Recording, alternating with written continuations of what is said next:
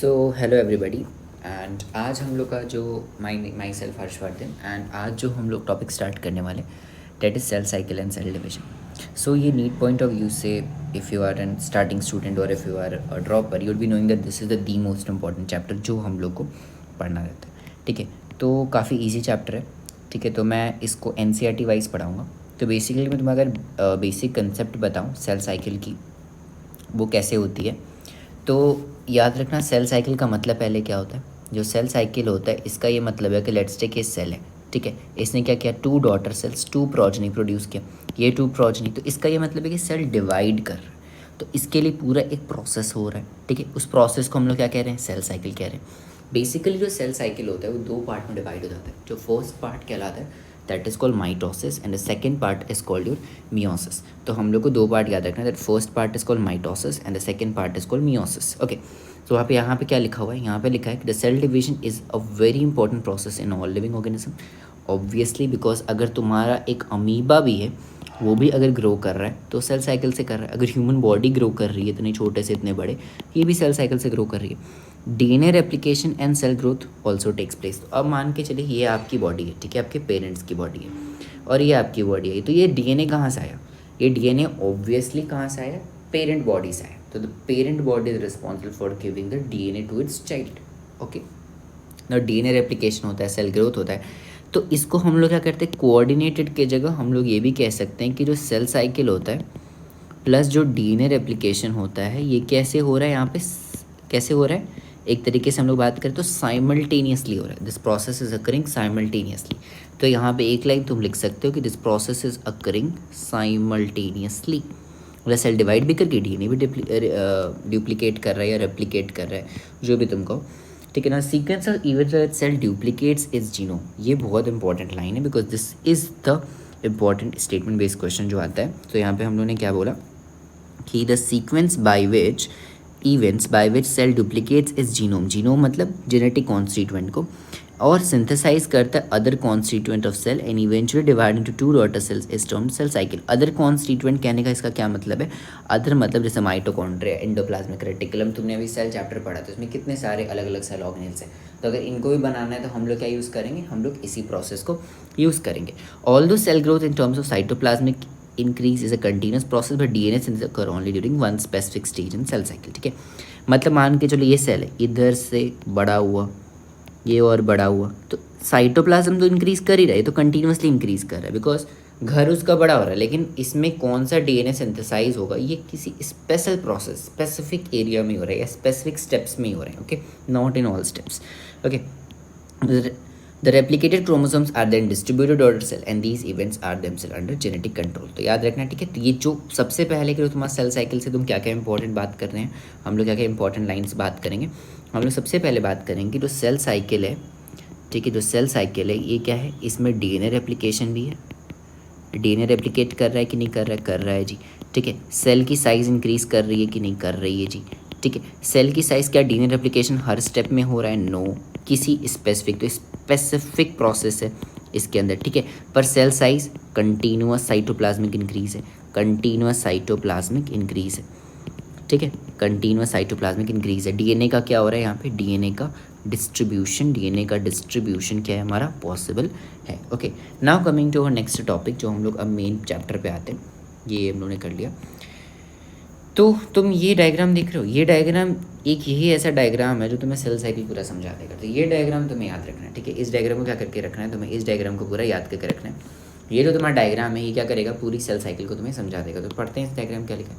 तो होता क्या है कि जो तुम्हारा सेल साइकिल है याद रखना है कि G1 face, S face, G2 face और एक M फेस होता है. ठीक है, इन्हीं स्टेप्स में डिवाइडेड है. ठीक है, तो तुम्हारा अगर सेल साइकिल में डिस्कस करते हैं तो हम लोग बेसिकली कैसे पढ़ते, इसको इधर के पढ़ते हैं, G1 S G2 M face. Clear है. ओके, तो ये बताओ कि एक क्या होता है, एक तो माइटोट. अब M फेस का मतलब क्या है, M फेस क्या कहना चाह रहे हैं यहाँ पे बताओ, what is this M face talking about, what this M face is talking about. So sorry. तो यहाँ पे लिखा है, यहाँ पे लिखा है स्टेटमेंट कि a typical eukaryotic cell is illustrated by human cell in culture. The cell divide once in approximately every 24 hours. Yeast can divide in 90 minutes. तो ये लाइन बहुत इंपॉर्टेंट है, बिकॉज यहाँ से हमेशा क्वेश्चन बनता है कि human cell. Now, however, the duration of cells can vary from organism to organism and also from cell type to cell type. The cell cycle is divided into 2 phases. तो पहला line ये कहना चाह रहा है कि जो ह्यूमन का सेल है, अगर हम लोग उसको कल्चर में डालते हैं तो हर 24 घंटे बाद डिवाइड कर जा रहा है, और जो ईस्ट का सेल है वो 90 मिनट ले रहा है डिवीजन के लिए। आया समझ में? तो जो तुम्हारा जो सेल साइकिल है बेसिकली ये कितने पार्ट्स में डिवाइडेड है? 2 फेजेस में डिवाइडेड है। एक इंटरफेस पता है क्या? ये वाला जो फेज है ना, इंटरफेस में क्या हो रहा है? What is interface? और एक एम फेस क्या कहलाता है? माइटोटिक फेस कहलाता है। तो पढ़ते हैं, the M phase represent the phase when the actual cell division और माइटोसिस अकर, ठीक है। And interphase represent the phase between 2 successive M phase. तो ये डायग्राम देखो, ये डायग्राम है कि यहाँ पे एम फेस है और बाकी ये तो इंटरफेस ही है। तो अगर बात किया जाए, अच्छा इस तुम पाई चार्ट में देखोगे तो 1 2 3 4, मतलब तुम कहीं ना कहीं देखोगे कि 90% जो टाइम है सेल साइकिल का वो किस में चला जा रहा है? इंटरफेज में चला जा रहा है। किस में चला जा रहा है? इंटरफेज में चला जा रहा है। तो ये बात हम लोग को याद रखना है कि जो 90% टाइम है सेल साइकिल का, जो 90% टाइम है सेल साइकिल का, वो कहाँ चला जा रहा है? वो चला जा रहा है इंटरफेज में। तो ये कहाँ जा रहा है? 90% ले रहा है। बाकी 10% में क्या हो रहा है? माइटोटिक फेज, जहाँ असली सेल डिविजन होता है या डीएनए रेप्लिकेशन होता है। No, the M phase represents the phase when the actual cell division or mitosis occur, and the interphase represents the phase between the 2 successive M phases. It is significant to note that in the 24-hour average duration of cell cycle of human cells, cell division properly lasts for only about an hour. यहाँ पे 95% दिया है, अभी update है तो इसको तुम 95 भी कर सकते हो, but 90 to 95% you can remember it in correct value किसी चीज़ की नहीं होती, because it's in biology. Okay, living तो समबडी में इट मे बी 92, किसी में 93, तो जस्ट रिमेंबर लाइक दिस। अब तो इंटरफेस तो तुमने समझ गया ना क्या है? क्या है इंटरफेस में? क्या है इंटरफेस में? जहाँ पे सेल अपने को प्रिपेयर कर रहा है। सेल क्या कर रहा है? इंटरफेस क्या है? तो भैया इंटरफेस नाम ही बता रहा है ना, सेल अपने को क्या कर रहा है? प्रिपेयर कर रहा है। The cell is preparing itself, cell is preparing itself. DNA organic material ला रहा है, उतना एनर्जी इकट्ठा कर रहा है, उतना एटीपी इकट्ठा कर रहा है कि सेल डिवाइड कर सके। Okay, M phase starts with nuclear division corresponding to separation of daughter chromosome, that is called karyokinesis, and usually end with division of cytoplasm. तो 2 डिविजन याद रखना है, 2 हम यहाँ पे डेवलपमेंट आता है। पहला केरियोकाइनेसिस किसे कहते हैं, साइटोकाइनेसिस किसे कहते हैं, क्लास 11-12 के बच्चों को पता होना चाहिए, ठीक है। Now coming to the interphase, though called the resting phase, is a time during which the cell is preparing to division, undergoing both cell growth and DNA replication in an orderly manner. The interphase is divided into 3 further phases. तो interphase तुम्हारा कौन सा phase है? G1 phase, S phase and G2 phase. तो याद रखना है कि मैंने क्या तुम्हें पहले बोला कि भैया पहला हमारा था इंटरफेज, जहाँ पे सेल अपने को प्रिपेयर कर रहा है। तो इसको किस पार्ट में हमने डिवाइड किया? G1 फेज में। यहाँ पे देखो G1 फेज एक है, S फेज एक है और G2 फेज है। तो इसको शेड कर दो। अब क्या काम करो? इसको इरेज कर दो इधर साइड वाला। नहीं, हमें ये तो नहीं समझना, हमें बस ये समझना है कि G1 G2 क्या है, ठीक है। अब पढ़ते हैं हम लोग G1 G2 क्या होता है। तो बेसिकली जो तुम्हारा G1 फेज होता है इसे हम लोग कहते हैं गैप 1 फेज। ओके, तो तुम ऐसा समझो, लेट्स टेक मैं यहाँ पे मान के चलो ये तुम्हारा सेल साइकिल है, ठीक है। ये तुम्हारा क्या है? सेल साइकिल है। तो अगर तुम्हारा ये सेल साइकिल है तो ये माइटोसिस यहाँ हो रहा था, यहाँ G1 फेज था, इधर तुम्हारा S था और फिर इधर G2 फेज था। तो तुम देख सकते हो कि G1 फेज वो फेज है जहाँ माइटोसिस हो रहा है और जो S फेज के बीच वाला फेज को G1 कह रहे हैं। तो G1 फेज को हम लोग बेसिकली नाम देते हैं गैप 1 फेज। गैप 1 फेज जहाँ क्या काम हो रहे हैं? 2 काम हो रहे हैं। एक तो तुम्हारा जो माइटोसिस जो ख़त्म हुआ है अभी, जो मतलब एक्चुअल सेल डिवीजन जहाँ हुई है जो 1 आवर के लिए होती है, और जो प्रिपरेशन है वो उसका स्टार्टिंग फेज है। समझ में आया? तो यहाँ पे वही तो कह रहा है G1 फेज के बारे में। देखो ना, पढ़ो। G1 phase corresponds to the interval between the mitosis and initiation of the DNA replication. During G1 phase, the cell is metabolically active and continuously grows but does not replicate its DNA. This is the most important statement line. पता ही कैसे पूछता है statement? बताऊँ? होता क्या है ना, एक क्वेश्चन तुम्हें स्टेटमेंट में क्या दे देगा कि is cell metabolically active throughout the cell cycle और it is only active during M phase? No, metabolic activity, जो मेटाबॉलिक एक्टिविटी होती है सेल की, ये हमेशा रहती है। पर डीएनए रेप्लिकेशन मैंने बोला था ना स्पेसिफिक प्रोसेस होता है, तो क्या हो रहा है? वो स्पेशल जगह हो रहा है, पूरी सेल साइकिल में नहीं हो रहा है, ठीक है। तो पहला फेज़ क्या था? G1 phase. G1 फेज़ में क्या हो रहा है? तुम्हें प्रोटीन सिंथेसाइज हो रहे हैं, मॉलिक्यूल सिंथेसाइज हो रहे हैं, अलग अलग टाइप की प्रोटीन्स यहाँ पे बन रही हैं, ठीक है। सारी तो नहीं बनती पर कुछ बन जाती हैं। अब देखो नेक्स्ट फेज तुम्हारे किस पे हम लोग आ गए भैया, हम लोग आ गए एस फेज पे। ये रहा एस फेज, ये दिख रहा है एस फेज, बड़ा सा एस फेज। अब नीचे आ जाते हैं, एस फेज के बारे में क्या लिखा है यहाँ पे, देखो लाइन पढ़ो। एस और synthesis phase marks the period during which DNA synthesis और replication takes place. During the time the amount of DNA per cell double. The initial amount of DNA is denoted 2C, then it's increased to 4C. However, there is no increase in chromosome number. The cell is diploid or 2n number. After S phase, the number of chromosome is 2n. ये जो line है ना, यहाँ से यहाँ तक daily पढ़ो, इसको छोड़ो मत। ये जो तुम्हारी लाइन है ये तुम्हें रोज पढ़ना है, इसको दम नहीं छोड़ना है। तो मैंने क्या स्टेटमेंट बोला कि जो हमारा एस फेज है, इधर मैं एनसीईआरटी पढ़ा रहा हूँ, एनसीईआरटी की बार कुछ जा ही नहीं रहा क्योंकि एनसीईआरटी आ रही। एस फेज में जो है वो क्या है तुम्हारा, इसको हम लोग कौन सा फेज कह रहे हैं, जहाँ पे डीएनए क्या कर रहा है, रेप्लिकेट कर रहा है। तो तुमसे पूछा जाए कौन सा स्पेसिफिक फेज है, स्पेसिफिक एस फेज, ठीक है। ये कितने क्या यहाँ पे सेल मेटाबॉलिकली एक्टिव है, यस सेल यहाँ पे मेटाबॉलिकली एक्टिव है, सेल यहाँ पे मेटाबॉलिकली एक्टिव है। अमाउंट क्या हो रहा है, डबल है, मतलब 2C से 4C हो जा रहा है और क्रोमोसोम नंबर 2n से 2n ही रह रहा है। क्योंकि तुम्हें पता है कि क्रोमोसोम नंबर प्लॉइडी लेवल को दिखाता है, इसका डिफ्रेंसिएशन और से कोई ऐसा मतलब डिवीजन से ऐसा कुछ नहीं होता डीएनए, क्योंकि डबल हो रहा है, अमाउंट ही इंक्रीज़ कर रहा है डीएनए का, ठीक है। तो अमाउंट इज़ इंक्रीजिंग। तो याद रखना ये स्टेटमेंट बहुत इंपॉर्टेंट है, ये वाली जो स्टेटमेंट है ना ये बहुत इंपॉर्टेंट है कि 2n से 2n हो रहा है। Okay, now coming to next part.